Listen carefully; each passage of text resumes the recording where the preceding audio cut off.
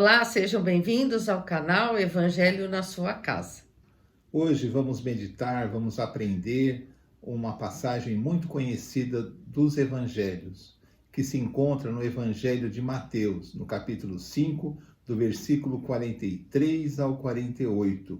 Nós vamos abranger alguns aspectos dessa passagem e pediríamos que vocês lessem conosco, porque quem estiver acompanhando a nossa exposição, lendo a passagem, vai poder também ter a sua própria opinião, vai poder também meditar sobre a passagem e aprender muito, porque essa passagem é muito profunda, como todas as passagens, claro, mas ela é muito profunda e repleta de ensinamentos que nós temos a necessidade de aprender. Amém? Amém. Mateus 5, do 43 ao 48. Vocês ouviram o que foi dito: ame o seu próximo e odeie o seu inimigo. Mas eu lhes digo: amem os seus inimigos e orem por aqueles que os perseguem, para que vocês venham a ser filhos de seu Pai que está nos céus. Porque ele faz raiar o sol sobre os maus e bons, e derrama chuva sobre justos e injustos. Se vocês amarem apenas aqueles que os amam, que recompensa vocês receberão? Até os publicanos fazem isso. E se saudarem apenas os seus irmãos, o que estarão fazendo demais?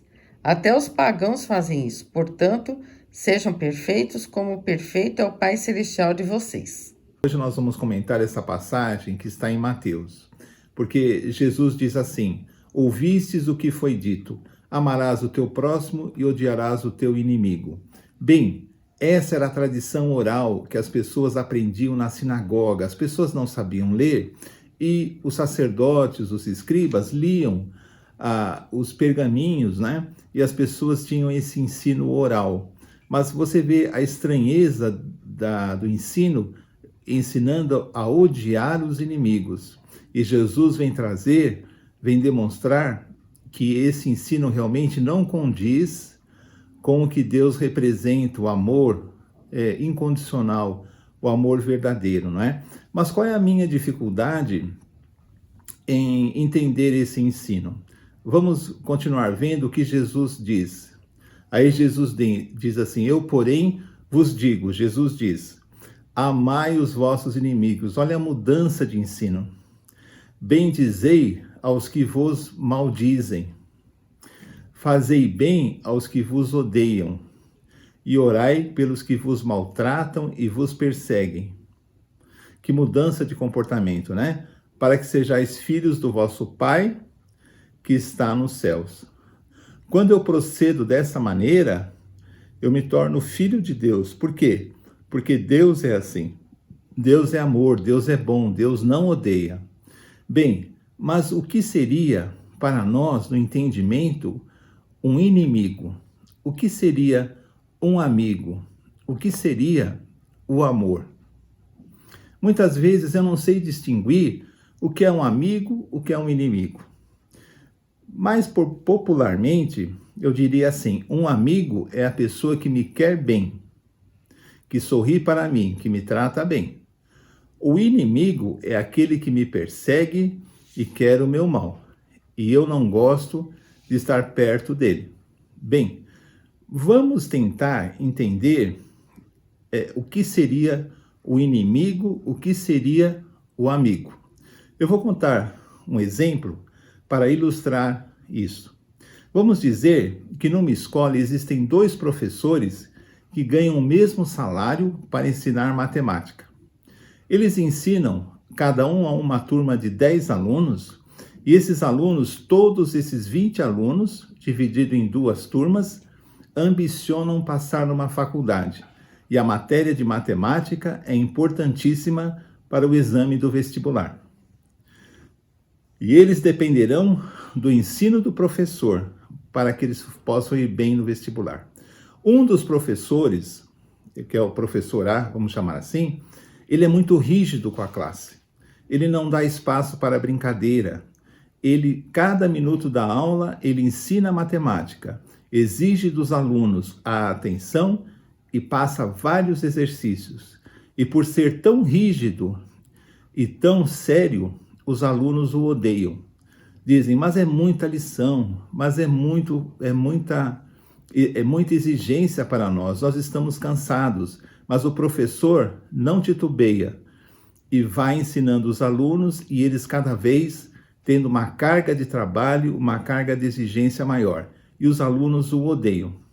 O professor B, da segunda turma, ele passa a lição de uma forma muito mais amena, não exige exercícios, não exige dedicação.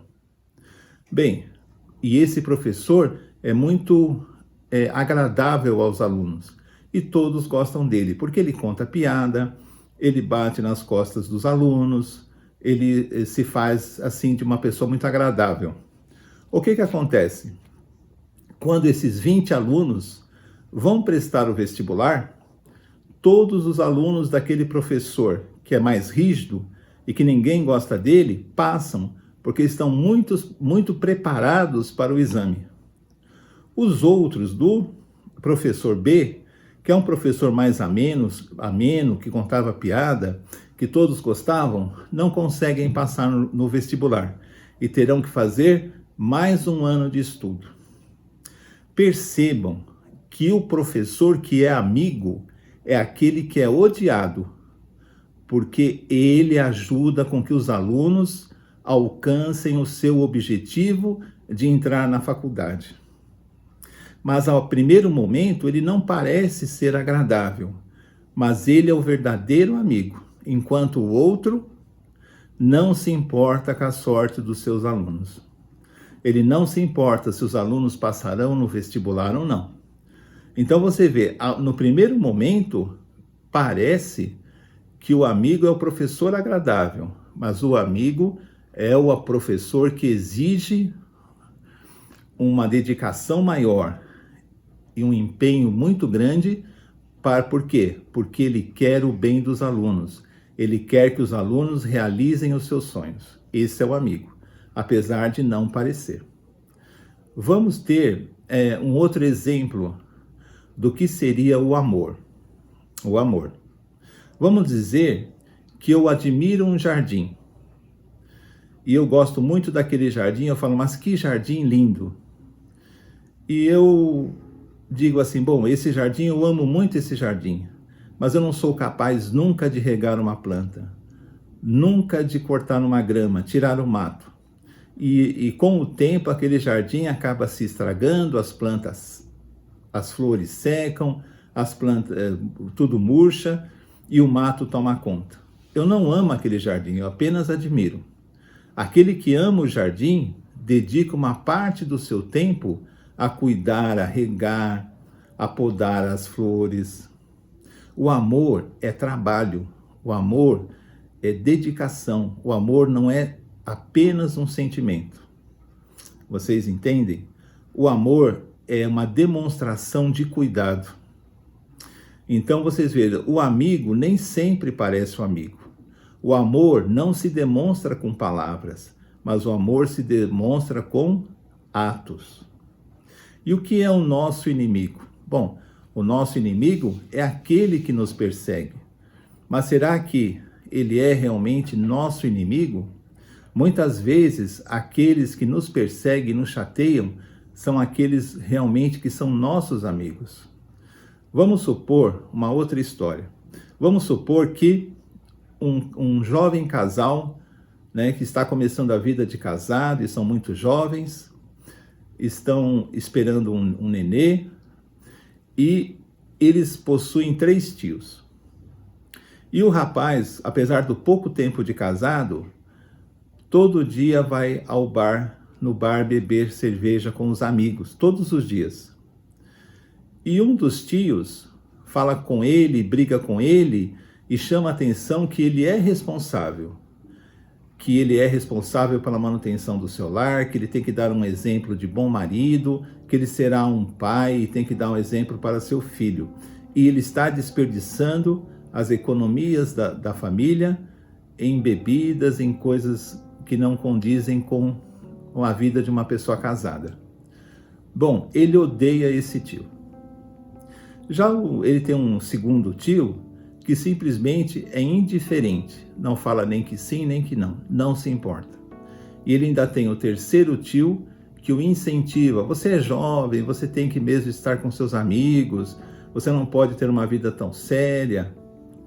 Quem é o inimigo e quem é o amigo nessa história? O inimigo, você pode dizer que é o tio que é indiferente porque ele não alerta do perigo, é o inimigo mais ameno, e o inimigo mais visível é o tio que incentiva o sobrinho a um caminho errado onde irá se causar vários problemas. E o verdadeiro amigo é o tio que ele não gosta, é o tio que briga, que chama a atenção dele e ele não gosta, mas esse é o amigo. Então, para entendermos essa passagem, precisamos entender o que é o amor, por que nós devemos amar os nossos inimigos, porque o amor é fazer o bem àqueles que nos fazem mal, mas nós temos que saber quem é que nos faz mal. Nossos amigos não são as pessoas que nos são agradáveis somente, são as pessoas que nos chamam a atenção, que querem o nosso bem, que por muitas vezes pedem para que nós mudemos um caminho, mudemos um comportamento, porque elas nos querem bem, são nossos amigos e de fato demonstram amor para conosco.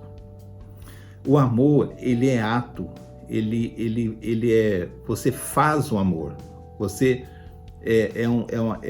você não fica parado. O amor é um trabalho e o seu inimigo, às vezes porque ele fica isento, ele não te ajuda, não é?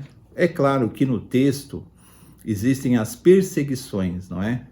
Mas nem sempre os nossos inimigos são aqueles que nos perseguem, mas nós temos que ter esse discernimento de Deus.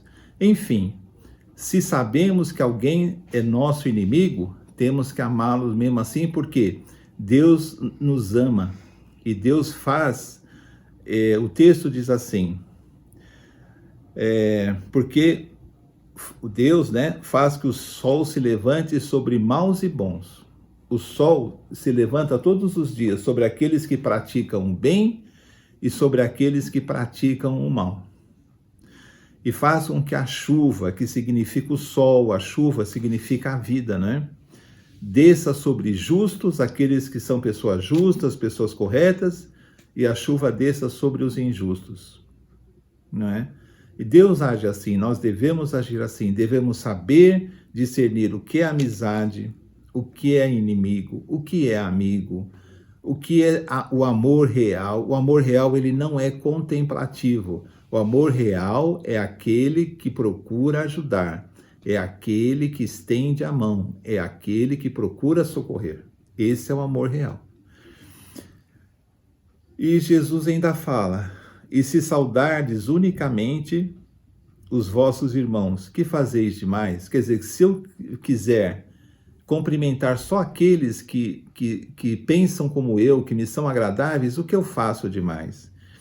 E se eu amar somente as pessoas que me amam, eu tenho que amar a todos. O amor é a marca do cristão. O cristão deve amar a todos, perdoar a todos, ser uma fonte de alegria, de enriquecimento a todas as vidas. Por quê?